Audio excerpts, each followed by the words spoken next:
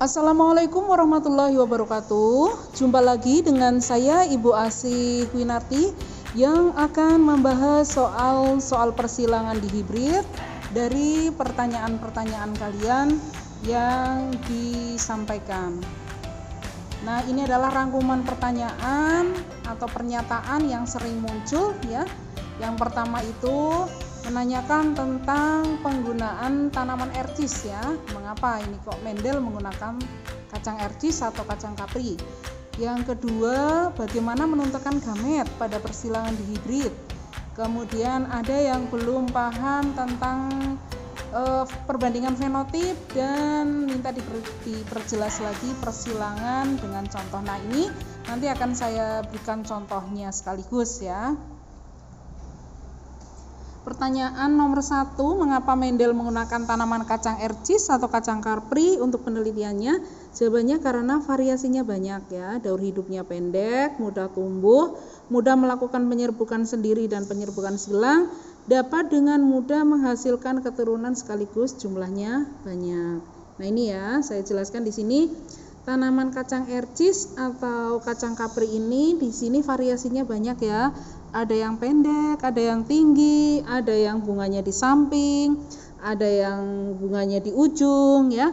Untuk buahnya juga sama, ada yang buahnya keriput kuning ya, ada yang keriput hijau, ada yang berbuah ini halus ya, halus kuning dan halus hijau. Nah, untuk buahnya di sini juga ada yang keriput, ada yang halus, ada yang kuning, ada yang warnanya hijau. Nah, bunganya juga di sini ada yang putih dan ungu. Nah, ini kontras ya, karena bunga maupun buahnya ini kontras, mudah dibedakan. Ini sehingga tinggi rendah ya, keriput tidak keriput. Nah, ungu kemudian putih, sehingga dijadikan sebagai tanaman penelitian. Untuk di sekitar kita mungkin bisa juga dengan tanaman pacar air dan Mirabilis jalapa, yaitu yang kelihatan perbedaannya ya, cukup nyolok perbedaannya. Nah, berikutnya soal nomor 2, ini tanaman kacang ercis berbiji bulat warna kuning ya, dengan B besar K besar disilangkan dengan tanaman kacang ercis keriput hijau. Nah, B kecil K kecil menghasilkan F1 tanaman biji bulat kuning. Bagaimana fenotip F2-nya? Jadi kalian perlu memperhatikan soalnya lebih teliti lagi, terutama di sini yang ditanyakan itu sampai F2 atau tidak. Nah, ini ya untuk gambaran biji bulat dan keriput. Bagaimana kita lihat? Nah, langkah penyelesaiannya yang pertama adalah menentukan gametnya. Kalau induknya tadi kan salah satu parentalnya menggunakan huruf besar semua, berarti ini dominan. B besar artinya bulat, K besar kuning. Maka penentuan gametnya ini ya, kan ini kita buat ke samping boleh, ke bawah boleh ya. Ini tulisnya B besar, K besar. Ini untuk mudahnya. Yang depan ketemu dengan depan ketemu belakang ketemu depan, belakang ketemu belakang. Nah, ini seperti ketika pemetaan itu ya di matematika. Nah, seperti ini, sehingga kita dapat memperoleh 4 gamet ya yang dihasilkan, jenis gametnya ya. Tetapi di sini sama semua, jadi kalian bisa menulis salah satu saja, yaitu B besar K besar ya. Kemudian di sini untuk yang bentuk keriput warna hijau ya, sama saja seperti tadi. Ini B kecil K kecil, ini depan ketemu depan ketemu belakang ketemu depan, belakang ketemu belakang, sehingga dihasilkan 4 macam variasi gamet. Tapi di sini sama semua, berarti bisa ditulis salah satu.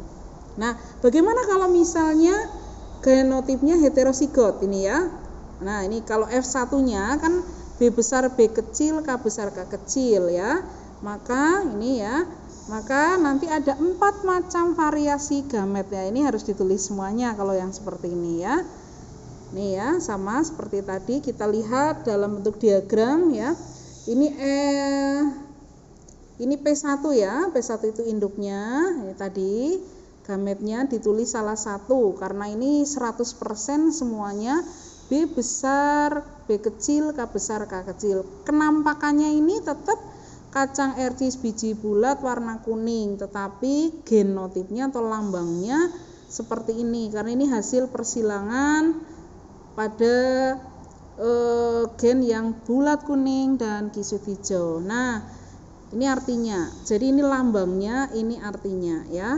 Kemudian jika F1 disilangkan sesamanya berarti yang sama ya. FB besar kecil, K besar K kecil disilangkan sesamanya. Ini tadi kan dapat 4 variasi gamet ya. Nah, ini ya. Ini juga sama, maka nanti F2-nya supaya kalian mudah masukkan saja ke dalam kotak. Ini gamet ini dimasukkan kotak ya. Ini namanya tabel Punnett ya, ini ya. Nah, B besar di sini, B besar K kecil, B kecil, K besar, B kecil, K kecil. Ke bawah sama seperti ke samping. Kemudian ini menyilangkannya B besar, K besar, tulis di sini. Ini juga sama. Ini B besar, K besar, B besar, K kecil, tulis di sini. Kemudian berikutnya B besar, K besar, B kecil, K besar, tulis di sini. Ini B besar, B kecil, K besar, K kecil, ditulis di sini. Terus sampai penuh semuanya.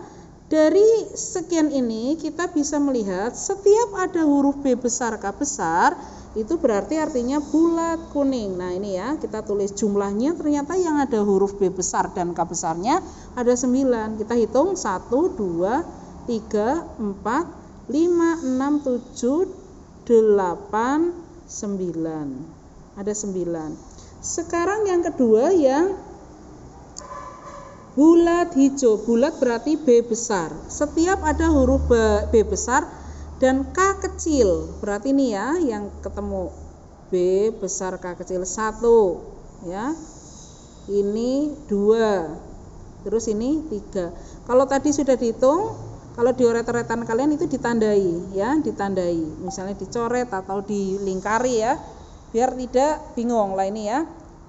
Nah, ini B besar B kecil, K besar K ya, B cari yang B besar, ada B besarnya, tetapi K-nya tidak ada K besarnya ya. Ya, yang ada seperti ini ya. Ini ketemu dengan ini. Nah, ini ya, ini bulat hijau. Ya. Jumlahnya ternyata setelah kita cari ada 3. 1, 2, 3 ya. Kemudian yang keriput kuning. Keriput kuning berarti yang huruf B-nya kecil, K-nya besar. Ini juga jumlahnya 3 ya. B-nya kecil, K besar nih 1. B-nya kecil, K-nya besar 2, 3. Nah, sekarang yang terakhir yang bulat yang B-nya kecil, K-nya kecil ya. Ini pojok ketemu pojok, nih bawah sendiri di pojok. Berarti jumlahnya hanya 1. Berarti perbandingannya ketemu sekarang kita lihat ini di bawah sendiri ya. 9 banding 3 banding 3 banding 1 ya. Ini filial, ini yang ada gambar kacang ercisnya ya. Nah, dengan diagram ini biar lebih paham bisa kita lihat di sini ini ya tadi ya, dengan diagram dan sekaligus dengan biji kacangnya ini ya. Nah, ini berarti ini ada 9, ini 3, ini posisinya ya. Terus ini 3, 1. 9 banding 3 banding 3 banding 1 untuk yang bulat kuning banding bulat hijau, keriput kuning banding keriput hijau. Itu kalau sampai F2 lah. Ini contohnya yang tidak sampai F2. Kucing jantan bulu hitam, ekornya panjang. Disilangkan dengan kucing betina nih ya. Siapa yang suka kucing nih, warnanya cantik banget. Kemudian bulunya putih, genotipnya tetapi yang ini meskipun bulunya hitam, ekornya panjang ya, yaitu tetapi genotipnya di sini H besar H kecil, P besar P kecil. Dan yang ini H kecil H kecil, P kecil P kecil. Nah, ingat yang ditanyakan ya, perbandingan fenotipnya, lihat ini ya, perbandingan fenotipnya ini biar lebih teliti. Tidak sampai F2, maka ya jawabannya tidak sampai F2 Nah, ini kemarin banyak yang keliru menjawab, makanya saya jelaskan lagi ya. Jadi kalau tidak sampai F2 ya udah sampai F1 saja. Ini genotipnya ya, dari parentalnya. Kemudian gametnya seperti tadi ya, depan ketemu depan, depan ketemu belakang, belakang ketemu depan, belakang ketemu belakang. Sehingga bisa ditulis seperti ini gametnya. Ini untuk yang kucing hitam. Nah, sekarang yang kucing putih, karena ini semua sama ya, depan ketemu depan, depan ketemu belakang sama, cukup gitu tulis salah satu. Sehingga nanti dapat diperoleh ya, ini disilangkan gamet ya. Gamet ini sel spermatozoid, ini sel ovumnya. Nah, kita silangkan seperti ini.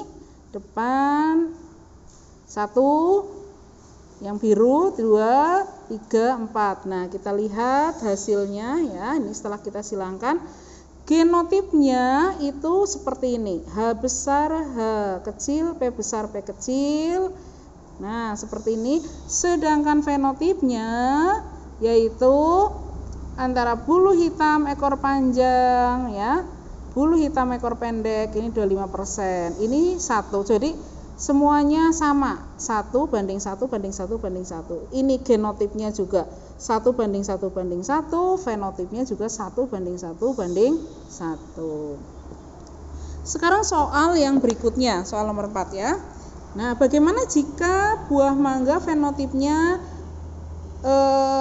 besar masam? Ini lambangnya B besar, B kecil, M kecil, K kecil. Jadi besarnya itu heterozigot, ini juga manisnya heterozigot ya. Nah, besar dan manis dominan ya. Ini besar masam, ini kecil tapi manis ya. Nah, ini disilangkan, artinya serbuk sari bunga yang di sini diserbukan di atas kepala putik bunga, yang satunya yaitu yang buahnya kecil manis dan sebaliknya. Nah, ini nanti hasilnya bagaimana? Nah, ternyata di sini karena ini tidak sampai F2 ya, hanya F1. Ya, sama caranya seperti tadi ini ya. Ini B besar, B kecil, berarti ada 2, B besar dan B kecil. M-nya 1 macam, berarti B besar ketemu M, B kecil ketemu M, M-nya 1. Nah, berarti ada 2 macam variasi gamet. Nah, ini 2 ini bisa ditulis 1, B besar M kecil dan B kecil M kecil. Ini juga sama. Nah, sehingga bisa ditulis seperti ini ya. Dari sini kelanjutannya ke sana nih. Nah, B besar M kecil ketemu B kecil M besar. Ini ya. Nanti ketemunya jadi seperti ini. Kemudian ini B besar M kecil, B kecil M kecil, ketemunya seperti ini. Nah, sehingga semuanya perbandingannya 1:1 banding 1 banding 1. Fenotipnya di sini ada 4 macam variasi. Besar manis, besar masam, kecil manis dan kecil masam. 1:1 banding 1. Nah, ini yang di kotak ini apa, Bu? Nah, ini adalah ini yang di kotak ini cara lain ya, cara lain ini bisa dimasukkan semuanya. Nah, ke sana ini juga dimasukkan semuanya ke bawah ya. Ini yang ke samping itu yang besar masam, yang ke bawah itu adalah kecil manis. Nah, ternyata perbandingannya sama. 4:4 banding 4 banding 4. Jadi sama ya dengan ini ya, artinya sama. Nah, soal terakhir, Pak Ahmad memiliki tanaman kedelai biji besar rasa tawar yang disilangkan dengan tanaman kedelai berbiji kecil rasa manis. Bagaimana fenotip keturunannya jika buah besar dan manis bersifat dominan? Ini ya, ada kedelai besar tapi rasanya tawar, kurang legit ya. Nah, fenotip keturunannya yang ditanyakan ya, tidak sampai F2. Nah, ya udah, kalau tidak sampai F2 langsung saja disilangkan. Ini B besar berarti kan sama ya, besar ya 1.